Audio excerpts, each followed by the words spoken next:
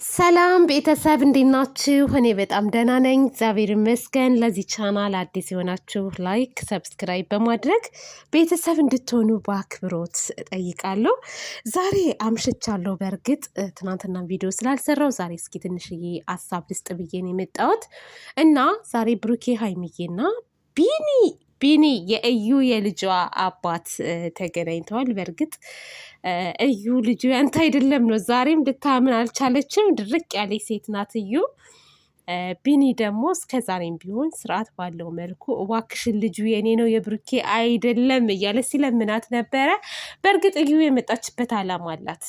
እውነት ከብሩኬ አርግዛ ሳይሆን አንደኛ ሀይሚና ብሩኬን እንድታለያይ የተሰጣት አጀንዳ አለ። ሁለተኛ ደግሞ ቻናል ከፍታ ራሷን እንድትቀይርም የተደረገበት ነገር አለ ማለት ነው። እና አሁን ጉዱ ሲወጣ እውነቱ ሲወጣ ምን ልትሆን ነው? እዩ ምን ሊወጣት ነው? ከቢኒስ ጋር ትቀጥላለች ወይ? ልጅን ያክል ሽምጥጥ አድርጋ ክድት አድርጋ ካንተ አይደለም ያረገዝኩት ብላ እንግዲህ ምን ልትሆን ነው? በጣም ብዙ ውሸት ነው የዋሸችው። በዛ ላይ ከባድ ነው ቤተሰብ። ልጅን ያክል ያስረገዛትን ሰው ትታ ያላስረገዛት ጋር ምንም ያልነካት ሰው ጋር ሄዳ እንግዲህ ያንተ ነው ማለት ወንጀል ነው፣ ራሱ ያስጠይቃታል በህግ ማለት ነው። እና አንዳንድ ልጆች ደግሞ ጨነቀን መቼ ይሆን ምናምን የምትሏላችሁ ውዶቼ ማሮቼ፣ አትጨነቁ። የእውነት ነው የምላችሁ አትጨነቁ። እኔ ልቤ ምንም ድንግጥ አላለም።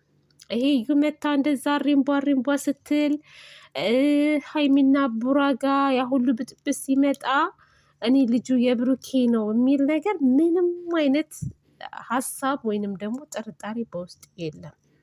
አሁንም አልጠረጠርኩም፣ በፊትም አልጠረጠርኩም ማለት ነው። እና ምክንያቱም አንድ ሰው ሳያቅ እንደዛ ይደረጋል ብዬ አላስብም፣ እውነት ለመናገር ማለት ነው። እና ይሄ ስማቸውን ለማጥፋት ብዙ መንገድ የተሄደበት ሁለቱን ለማለያየት የተደረገ ነገር ነው። እና አትጨነቁ ውዶቼ፣ የእውነት ምንም ነገር አትጨነቁ፣ ምንም ነገር አይፈጠርም።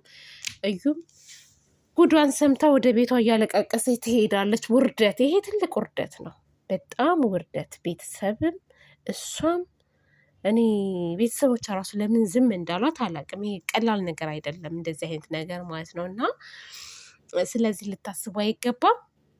ቢኒ በጣም ምርጥ ልጅ ነው፣ ስርዓት ያለው ልጅ ነው፣ የልጇ አባት ማለት ነው። እና እንደውም እንደዩ አይነት ሴት ላንተ አትገባህም፣ ውሸታም ሴት ላንተ አትገባህም። እኔ ወደፊት እንዴት አድርገህ እንደምትኖር እንዴት እንደምትተማመኑ እርግጠኛ ነኝ። ይሄ ነገር እንደው የብሩኬ ልጅ አይደለም ራሱ ቢባል እሷ ወደ ሌላም ቦታ ልትሄድ ትችላለች ብዬ ነው የማስበውና ፈጣሪ ይሁንህ ነው የምለው።